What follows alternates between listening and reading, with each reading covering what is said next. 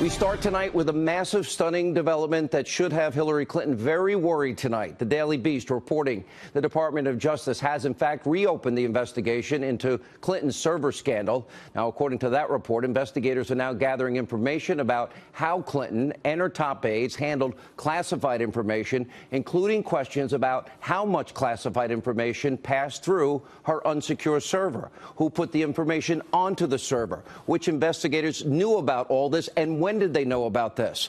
Also breaking tonight, John Solomon, who will join us from the Hill, reporting that the FBI has also opened a brand new investigation as it relates to the Clinton Foundation, and they are trying to determine whether or not any pay-for-play occurred while Hillary Clinton was serving as Secretary of State.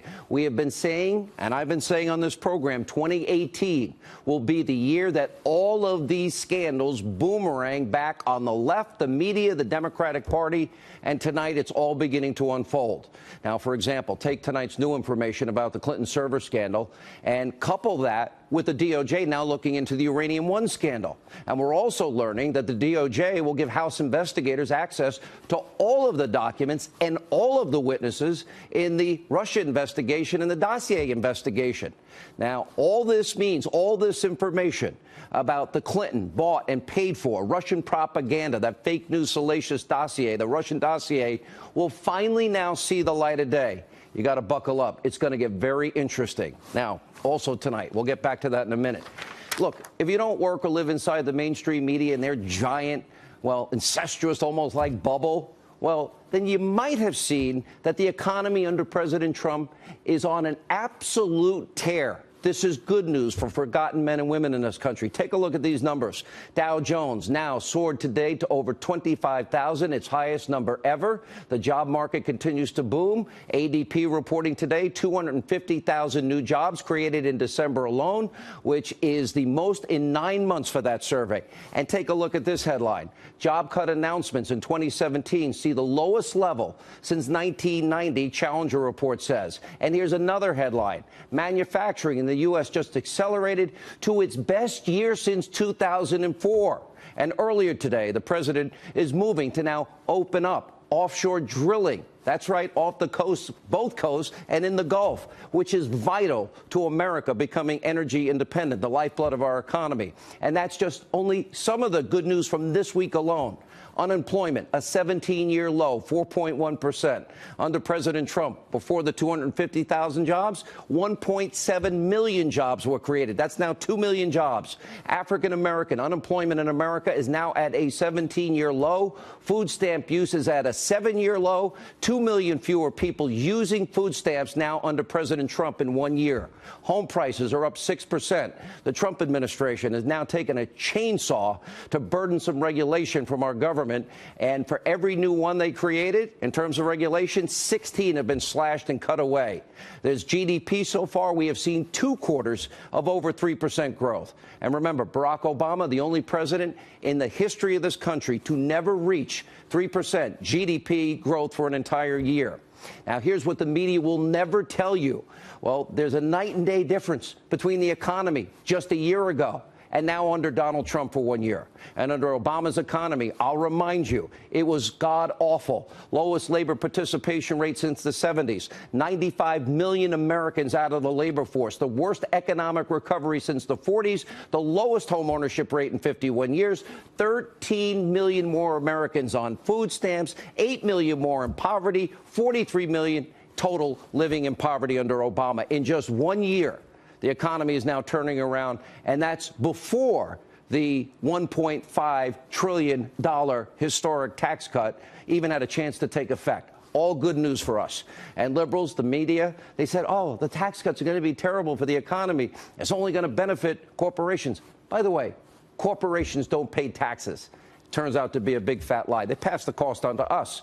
Companies like, look, Bank of America, Wells Fargo, U.S. Bank, Southwest Airlines, and others, American Airlines, Fifth Third Bank, even Comcast, the parent company of Conspiracy TV, MSNBC. Wow, because of the tax cut, they're giving their employees $1,000 bonuses and pay raises. Other companies have said they will invest now billions back into the U.S. economy, build factories and manufacturing centers and hire new employees. Not to mention, you, the American people, will soon start to see money in your paychecks where it belongs. It's all because of what? This tax bill that the media said was god-awful. It just shows you how clueless and how the media lies to you daily and, frankly, how much they hate President Trump. They have this Trump-hating obsession, which I told you about last night, which means that they will do and say anything to try and hurt him on a daily basis. Let me tell you how it works, because I told you all about CNN. He actually called him a demented liar. And then Conspiracy TV, NBC, has to say, no, that's not enough. He's not only demented, he's deranged and a pathological liar. And they talk to each other. What we have now is a media so corrupt. They're all a bunch of sheep. They're brain dead. They're hypnotized. And it's like watching a horror movie unfold before our eyes. Remember, only days ago, the media wanted you to believe we were on the verge of nuclear war with North Korea. Well, why is that? Because unlike his predecessors, President Trump refused to be an appeaser and capitulate to the threats of Kim Jong-un and North Korea. Watch the media's hysterical coverage as they lie to you. President essentially daring the leader of nuclear-armed North Korea tonight to prove that his button works. This is our world now. 16 tweets today to start the new year, some of them deeply disturbing. These are the messages from a person who is not well, from a leader who is not fit for office. Trump needs to be medicated and hospitalized at this point, or he is going to just kill all of us. His recent tweet about North Korea and the nuclear button, the size of the nuclear button, that has raised alarm bells, not just from Democrats, but from Republicans as well. Now, that frenzied display was 2 days ago from the media.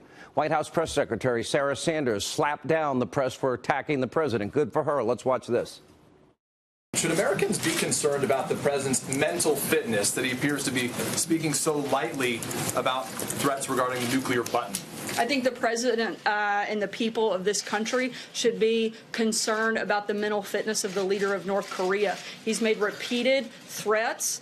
He's tested missiles time and time again for years. And this is a president who's not going to cower down and is not going to be weak and is going to make sure that he does what he's promised to do, and that's stand up and protect the American people. Understand, 48 hours ago, your media was losing their minds and predicting, potential nuclear fallout. Well, that was, of course, until Steve Bannon's comments about the president surfaced. Then the narrative magically shifts away and changes, and the world is going to end at any minute, and then they find a new best friend. That's right. Oh, let's see, a guy they've hated forever. They have uncontrollable glee that Steve Bannon, a guy that they hate, said something about the president. It just shows you how pathetic all of these people are. Now, look at how breathlessly they are covering the Bannon story. Did they ever tell you a single thing about the economy that's good? Anything that Trump's done good? If the dog bites, the bee stings. If you're feeling sad in the media's world, it's all Donald Trump's fault.